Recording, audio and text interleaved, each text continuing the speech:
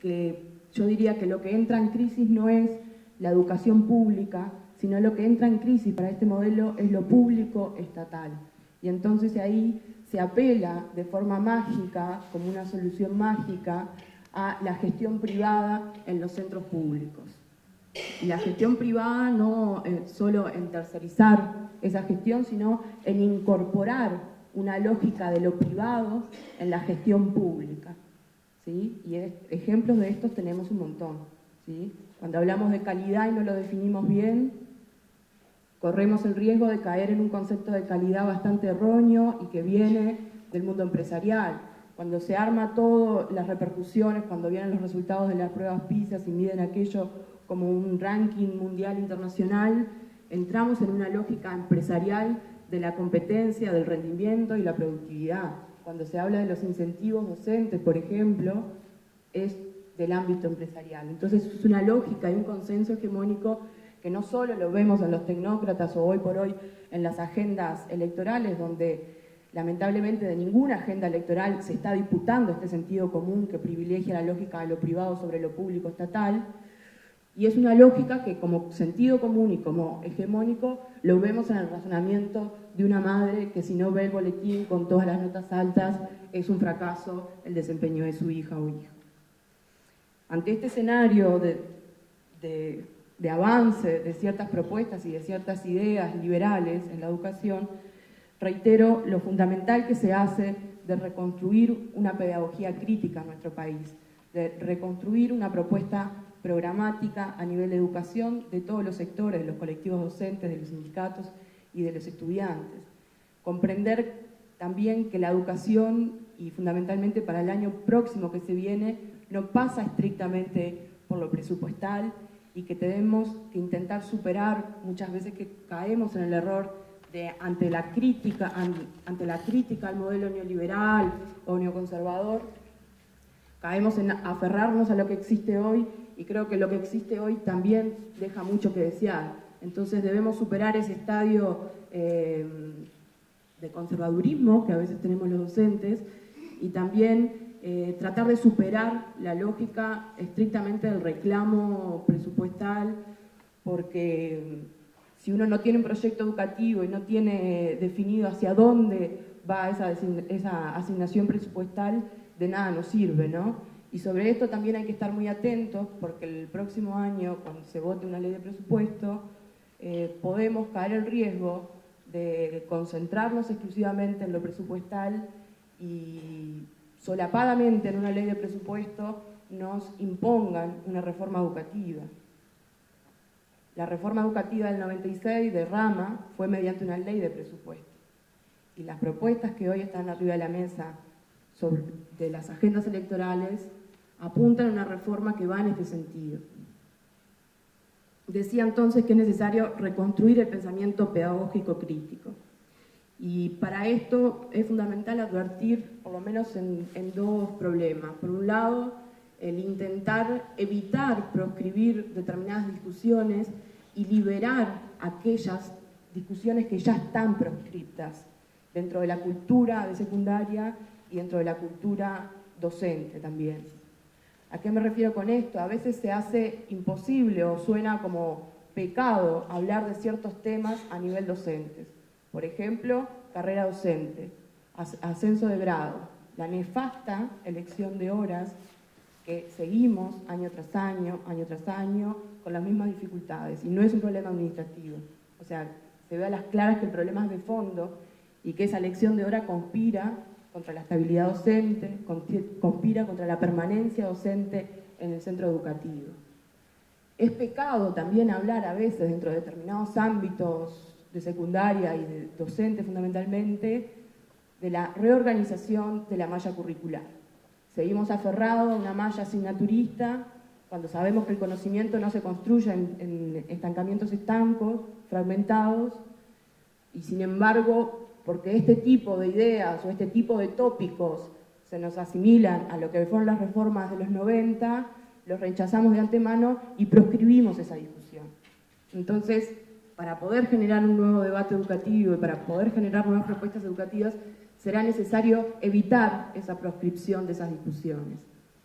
Y por otra parte también otra cosa, otro fenómeno a advertir de esta discusión sobre educación, que está muy mezclada y muy entreverada, ¿no? Porque muchos de los que discuten y hablan de educación quizá nunca vieron eso en el contexto de hoy, ¿no? En el contexto de un Uruguay de ahora. Y otro de los elementos que suma a esa confusión y a ese empobrecimiento del debate educativo es lo que se dice la capturación semántica, según Raquel Gutiérrez. Es una capturación de los términos o de los conceptos que tradicionalmente vienen de la izquierda, ¿sí? O vienen del pensamiento crítico, y el pensamiento liberal se los apropia, los recodifica y les cambia el significado. Entonces hoy escuchamos discursos que vienen de Pablo da Silveira o de la derecha o de los liberales sobre autonomía y sobre participación, que son conceptos que nada tienen que ver con la autonomía o la participación que se reclama desde los sectores organizados en la educación, desde los propios involucrados.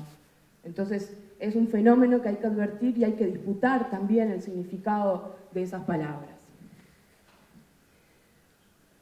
Volviendo quizá un poquito al principio y para no extenderme, sobre modelo de centro, que yo decía, bueno, es necesario rediscutir modelo de centro, es necesario empezar a elaborar propuestas que puedan disputar un nuevo modelo de centro, que no sea el modelo de centro del impulso, del jubilar.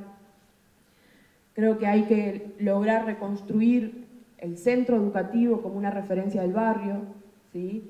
Como una clave que organiza y es organizada a su vez por el entramado social, por los colectivos del barrio, que sea un centro donde los chiquilines quieran ir a estudiar, que deseen estar ahí, ¿sí? Que no sufran ir al liceo, sin perder obviamente la función predominante del centro educativo, que es justamente lo educativo. Y en ese sentido, creo, para tirar algunas ideas, o algunos ejes más que ideas, creo que hay algunos ejes que no podemos evitar y que son necesarios ponerlos sobre la mesa cuando hablamos de modelo de centro. Lo primero es el rol docente y dignificar la tarea docente. Creo que nadie hoy puede sostener que el docente tiene que estar corriendo de un liceo a otro para cumplir con su unidad docente o para llegar a un salario, ¿no? Que no es pedagógico, que no le aporta nada de profesionalismo a su tarea. Y además considero que el docente no solo tiene que estar en el liceo dentro del aula, sino también tiene que tener el espacio y el tiempo para estar fuera del aula. En el documental hay una partecita donde Nancy tiene que dejar el grupo para ir a atender a una madre, ¿sí? Que viene a hablar con ella. Cuando vemos el contexto donde viven los chiquilines, estos y la gran mayoría de nuestro país, con otras situaciones diferentes, el rol que tiene que cumplir ese docente en el vínculo familiar, en el conocimiento de la situación, se torna fundamental. Sin embargo, en la institución y en el sistema educativo no está pensado el tiempo del docente para cumplir esa función. El docente o tiene que salir de su clase para atender a una madre o un padre, generalmente una madre, o tiene que quedarse fuera de turno cuando viene la madre a hablar por el chiquilín, etcétera, etcétera. ¿Sí? Entonces, que el docente tenga que abandonar su grupo para hablar con una madre y para hacer ese vínculo con su contexto familiar, a mí por lo menos me llama bastante la atención. El docente tiene que tener, además del tiempo fuera del aula para atender esas situaciones a veces imprevistas, tiene que tener el tiempo obviamente para la planificación, para la coordinación, para pensar el proyecto educativo del centro junto con los demás colegas. El docente tiene que ser el protagonista a su vez de la planificación de su curso, de los contenidos de su curso, y es necesario para mí abrir un debate en torno a la currícula y a cómo el docente es protagonista de la construcción de esa currícula. En ese sentido, y retomo una de las ideas anteriores, otro de los ejes para pensar el proyecto de centro y la propuesta pedagógica a nivel de centro es justamente revisar la malla curricular y no espantarnos cuando hablamos de áreas por conocimiento, ¿sí? Esto requiere, a su vez, más espacio para los docentes, para el pienso colectivo, para la planificación en conjunto y requiere también, y necesariamente, y con urgencia, por favor, la transformación de la formación docente. por último, hoy se habla mucho de las escuelas de tiempo completo o los liceos con tiempo extendido, por ejemplo el 59, y creo que también hay que dar una discusión sobre el tiempo pedagógico y el tiempo del aula, ¿sí? Creo que hay que tratar de pensar una propuesta más integral donde se combine la transmisión del contenido tal cual la conocemos hoy con actividades productivas, actividades artísticas, actividades físicas, y entender que el conocimiento y la tarea pedagógica no es solo dentro del aula. Y por último, tratando de disputar esos conceptos, creo que necesariamente tenemos que dar la discusión, más allá que hoy estén presentes en la agenda las experiencias de impulso y jubilar, pero sí tenemos que avanzar en una propuesta crítica de izquierda que avance en grados de autonomía y de participación a nivel de centro educativo. Una autonomía entendida y una autonomía que le da potencia a la participación. Una autonomía sin participación carece de sentido. Una participación donde los estudiantes no vean esas reglitas como algo dado, ajeno a ellos, y que nadie se los enseña, nadie les explica el por qué existen esas reglitas, que puedan ser ellos constructores de las reglas con las cuales se van a mover dentro de un centro educativo, los docentes más protagónicos en todo lo que tiene que ver con proyecto de centro, en todo lo que tiene que ver con currícula, un contexto, un barrio, comunidad, llamémosle como quieramos, pero que esté también presente y que pueda ser el centro educativo ese articulador, ese que teja y articule los colectivos sociales, las familias, etcétera, del barrio. Hoy padecemos, lamentablemente, aunque de forma excepcional, es verdad, algunas situaciones de violencia de las familias hacia maestros, hacia profes, y yo tiendo a pensar que si esa madre supiera y estuviera involucrada en el proyecto de centro y supiera realmente cómo trabaja esa maestra o ese profesor y por qué toma una decisión de sancionar a un chiquilino y llamarle la atención, seguramente la reacción fuera otra. Entonces, tiro estas ideas para ver si se puede avanzar en la discusión. Seguimos. Bueno, primero, gracias. Gracias a Nancy, a Federico, gracias a los gurises, gracias a Lorien, a Matías, que no están hoy acá, a todos los que están en la película. Yo sé lo que costó, algo sé lo que costó, no todo. Hace como no sé cuántos años me llama un día Federico y me dice, ¿se podrá entrar en un liceo con la cámara? Porque en realidad ya sé que no se puede, vos tenés algún contacto, que facilité alguna cosa, no sé si sirvió en aquel momento, pero le pasó más o menos lo que nos pasa desde la facultad, que hace años que trabajamos con centros educativos y sí pedimos permiso, que en general no lo pedimos, llega después que terminamos el permiso más o menos, porque no se puede, no se puede, y yo entiendo que no se pueda, es complicado meter una cámara, hay muchas buenas razones para eso, pero me parece que también hay otras no tan buenas. La educación es una caja negra, siempre se dijo, las aulas son cajas negras, y ahora estamos más cerca después de esta película, estamos un poquito adentro de esa caja, y empezamos a saber qué pasa dentro de un aula.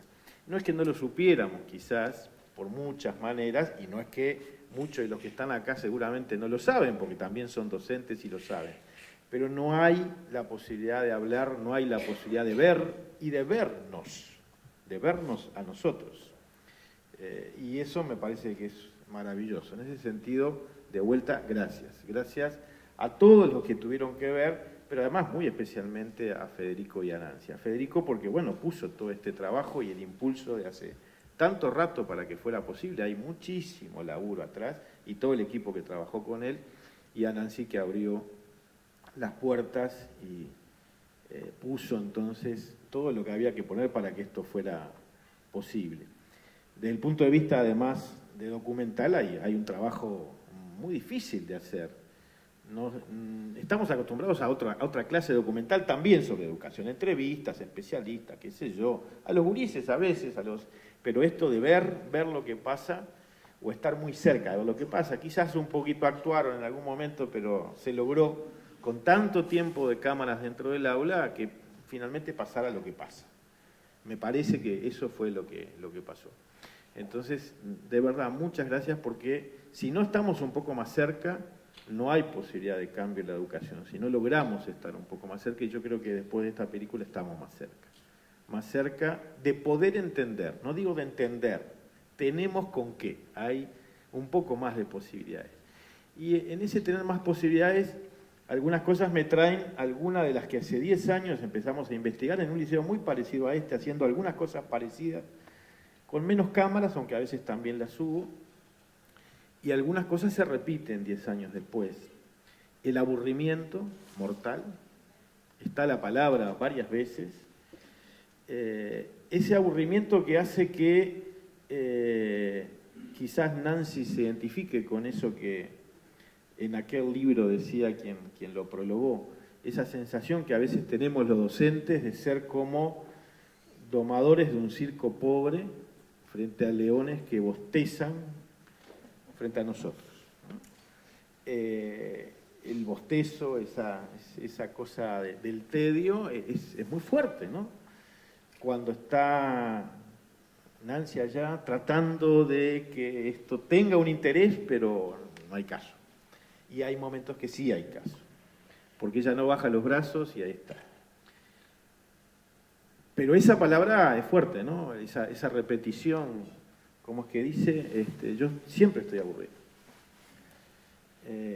No solo adentro del aula, también afuera del aula, ¿no? La vida es aburrida.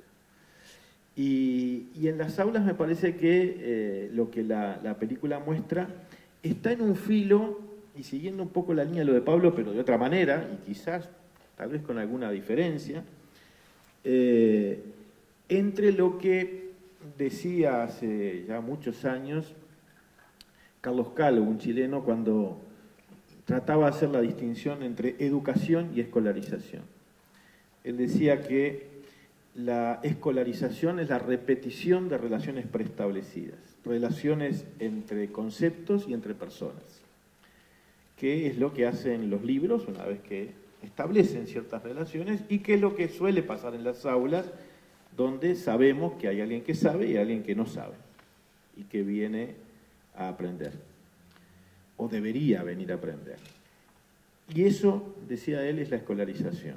La educación, proponía, es la creación de relaciones posibles y no solamente la repetición de relaciones preestablecidas. Relaciones posibles entre conceptos que no están preestablecidas necesariamente.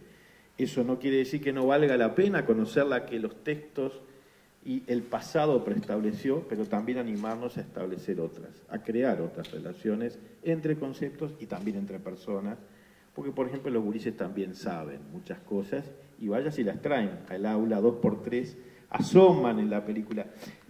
Y a mí me parece que en la película, desde el punto de vista pedagógico, está atravesada de punta a punta por la tensión entre escolarización y educación. Las dos cosas están presentes. Por momentos hacemos todos, la institución, los profes y los propios gurises reclaman escolarización. Pero por momentos también asoma la educación.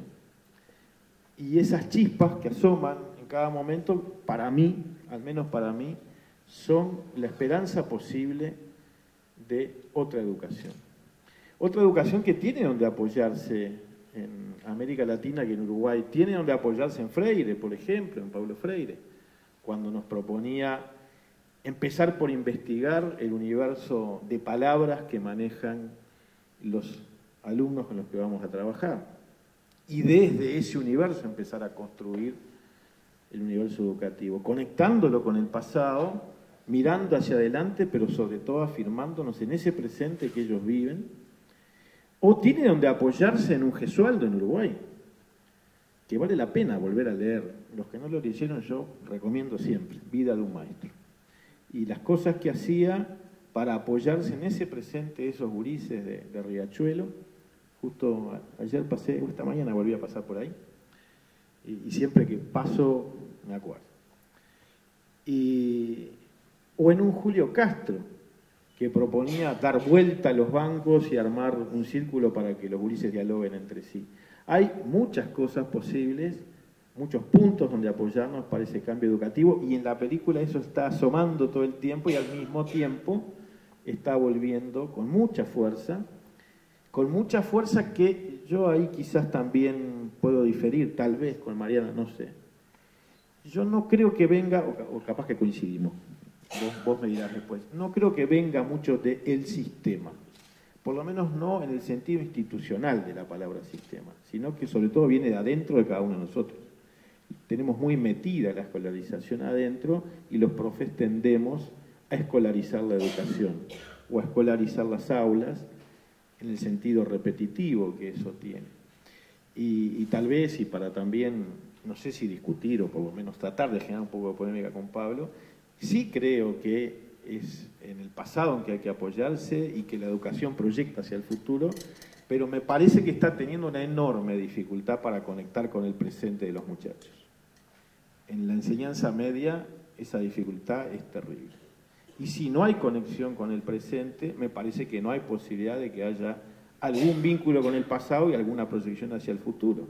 Si para mí no tiene sentido, hoy es muy difícil que el pasado empiece a tener sentido y que pueda tener incluso proyecto de vida, que eso es futuro. La pérdida de sentido fue otra de las cosas que 10 años atrás constatamos con mucha dureza en la investigación que hicimos con un grupo de compañeros y con muchos estudiantes de enseñanza media y con muchos profes de enseñanza media, profes que decían además de esa pérdida de sentido para ellos mismos, además de la pérdida de sentido para sus estudiantes, ese no saber qué hago yo acá. La frase que escuchamos más de una vez no es la de Nancy, por suerte ella no la dice, pero a mí me asustó más de una vez. Nosotros hacemos como que enseñamos y ellos hacen como que aprenden. Ese simulacro educativo fue lo que encontrábamos 10 años atrás. Han pasado ya un tiempo, 10 años, 9, 8, en realidad seguimos un rato largo, y yo he tenido además la suerte de ir a muchos liceos, también al IPA, a veces a conversar de estas cosas con estudiantes, con profesores, y me parece que algunos temas siguen presentes. En estos 10 años pasaron muchas cosas. Por ejemplo, como decías vos, se ha invertido mucho más en educación. Y eso es necesario, eso es imprescindible, pero no alcanza. No alcanza si no somos capaces de reconstruir pedagógicamente las aulas, los liceos, y hacer de esos espacios educativos. La película me parece que nos ofrece muchas pistas para esa posibilidad. Si la miramos, cada uno la va a mirar distinto, hasta está claro ya en los 3 primeros que hablamos que la miramos distinto.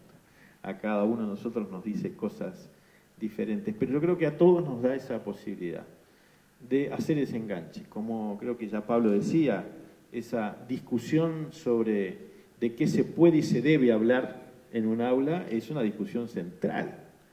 Los profes tienen los profes que discutir sobre eso.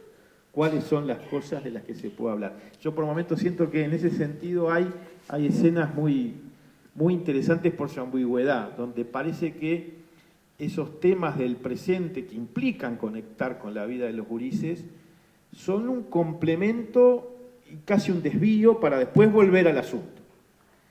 Y me quedo pensando a veces, ¿y no estará ahí la fuente posible de los aprendizajes más fuertes? Por ejemplo, literatura, no es mi área, pero me imagino, ¿y no habrá ahí literatura posible? Hay momentos que es clarísimo que asoma. Yo creo que hay lindísimas pistas pedagógicas, pero no solo sobre literatura, en particular quizás sobre literatura. Hay momentos en que los gurises parece que responden un poco mecánicamente a algunas de las preguntas de Nancy, y hay momentos que no, hay momentos en que responden con pasión, se apasionan en una discusión. Yo digo, bueno, ahí hay que seguir la pista. ¿Por qué ahí hubo pasión? Yo sé que no se va a poder repetir eso siempre, pero me parece que cuando eso aparece tenemos una pista. Acá algo pasó, esto les entusiasmó, este texto en particular es movilizador de algo para ellos. Y me parece que ahí hay una posibilidad enorme, una posibilidad que quizás podría complementarse muy bien con las muchas experiencias creativas que están viendo en muchas aulas, donde además de leer los textos de otros, se crean los propios textos, en un sentido amplio, los textos escritos, pero también pintados, teatralizados, filmados a veces.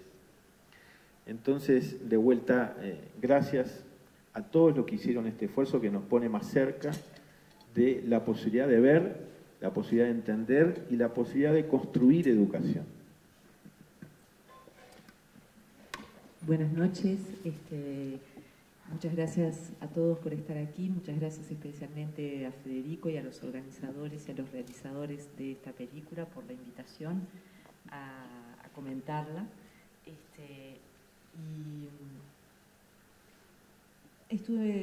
Trabajo mucho en temas educativos, trabajo en centros y me costó mucho despegarme de los temas habituales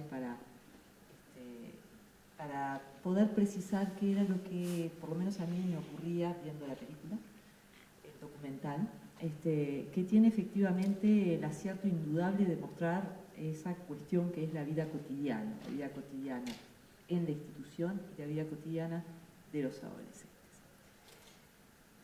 El título es muy bello, Cometa sobre los muros. Ahora Pablo decía cómo no querer a estos chiquilines, y yo diría, ¿y cómo querer al Uruguay después de este documental? Porque la realidad